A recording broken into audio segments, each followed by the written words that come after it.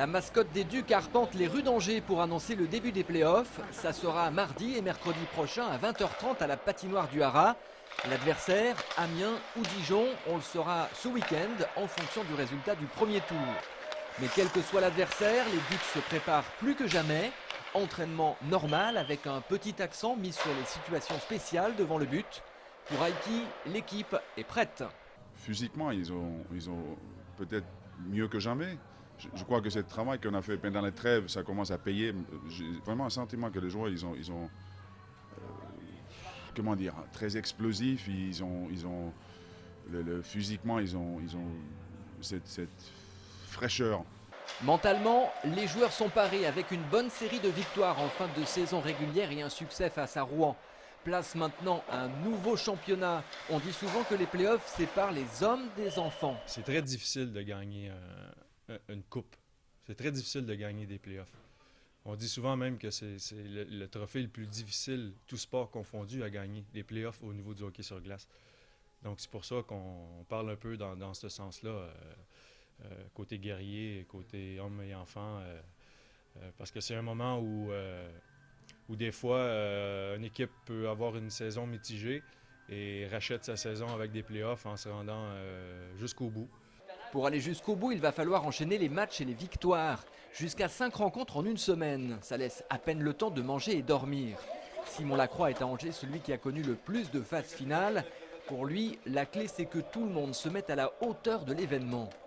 C'est quand les joueurs décident qu'en mode playoff, ils décident tous de faire un extra, même si ce n'est pas vraiment leur tâche première en saison régulière. Pour vous donner un exemple, il y a des joueurs qui sont très très bons avec le palais et tout ça. Puis s'ils décident en playoff, en plus de mettre beaucoup, jouer très très physique, c'est toutes ces petites choses-là qui font quand on les additionne, avec bien sûr tout le monde en solidarité. Ça crée une bulle qui est difficile à défaire pour les adversaires en face. Moi, je vois ça comme ça. Les années qu'on est allé loin en playoff, mais les gars, ils finissaient les playoffs avec des bobos, mais quand on gagne, ça fait moins mal. Les playoffs, c'est aussi un moment où tout est permis, question look. Ça commence à Angers. Kevin a par exemple laissé pousser ses moustaches. C'est pas libre de ce qu'il veut, mais disons que cette année-là, on va tous faire. C'est vrai qu'en général, quand c'est les playoffs, surtout dans les sports américains, les mecs se laissent pousser la barbe pour que ça fasse plus viril, quoi.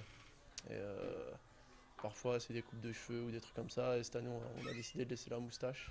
Les autres moustaches sont à découvrir mardi et mercredi prochain à la patinoire du Haras.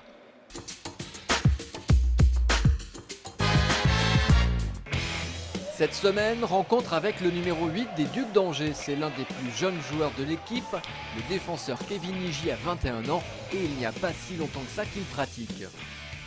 J'ai commencé assez tard, j'ai commencé à l'âge de 9 ans.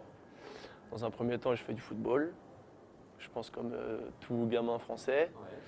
Et pendant une année, j'ai fait hockey et football en même temps. Et là, la maman, elle a dit, faut choisir, quoi. Et courir, pas trop mon truc, donc j'ai opté pour le hockey. Ensuite, grande chance, sport-études à Rouen. J'ai eu des bons entraîneurs, super bien passé. Et puis, donc je suis resté là-bas. Après, quand il s'agit de rentrer dans l'équipe première, c'est un peu plus dur que dans les autres clubs. Donc j'ai passé 2 années et j'ai pas réussi à percer vraiment. Donc j'ai préféré partir, quoi. Il y a 2 ans, tu intègres les Ducs. C'est ta première véritable expérience de la Ligue Magnus. Ils m'ont laissé pas mal de temps pour m'adapter. Ils m'ont laissé faire des erreurs pour que je progresse, quoi. Car voilà, Kevin, tu apportes ta jeunesse, mais parfois une certaine insouciance. Moi, me concentrer, admettons 5 minutes avant le match, je serais le premier à rigoler, quoi. Donc on me le reproche un peu, mais voilà. Est-ce que ça ne serait pas un petit manque de rigueur? C'est pas forcément un manque de rigueur, mais parce que j'essaye de faire les choses bien quand même. Mais ouais, de la fougue, pas que ça parte en n'importe quoi, quoi. Pas confondre vitesse et précipitation. Finalement, ta chance c'est d'être dans un club où on te fait confiance et où tu peux t'épanouir. En général, les jeunes de mon âge qui sortent des centres de formation, ils filent dans des équipes comme Saint-Gervais, Chamonix, où les jeunes jouent beaucoup, mais ça reste que des jeunes et il n'y a pas beaucoup de joueurs d'expérience, donc ils sont entre guillemets livrés à eux-mêmes. Et tandis qu'ici, y a des mecs comme Martin, Jeff, Hugo, Simon. Il y a juste à les regarder aux entraînements et à les écouter, quoi. En particulier, Jean-François Jaudoin. Il m'a pris sous son aile, c'est un peu mon père, quoi. Donc pas que c'est mon idole, parce qu'on ne joue pas du tout pareil, mais on va dire que je suis pas mal ses conseils. Je l'écoute beaucoup. Et lui, il me parle beaucoup, et quand je fais des conneries, c'est le premier à m'encadrer, quoi. Allez, on ne parle pas de tes conneries, mais de ton envie de jouer un jour à l'étranger. Moi, je suis plutôt un voyageur. Déjà, je suis parti à 15 ans de chez ma maman pour aller à Rouen. Donc moi, je suis plus dans l'optique, si le hockey, ça peut me permettre de voyager jusqu'à temps que j'arrête. Je vais en profiter le plus possible pour découvrir tout ce que je peux découvrir. Merci Kevin, bon match, à la semaine prochaine.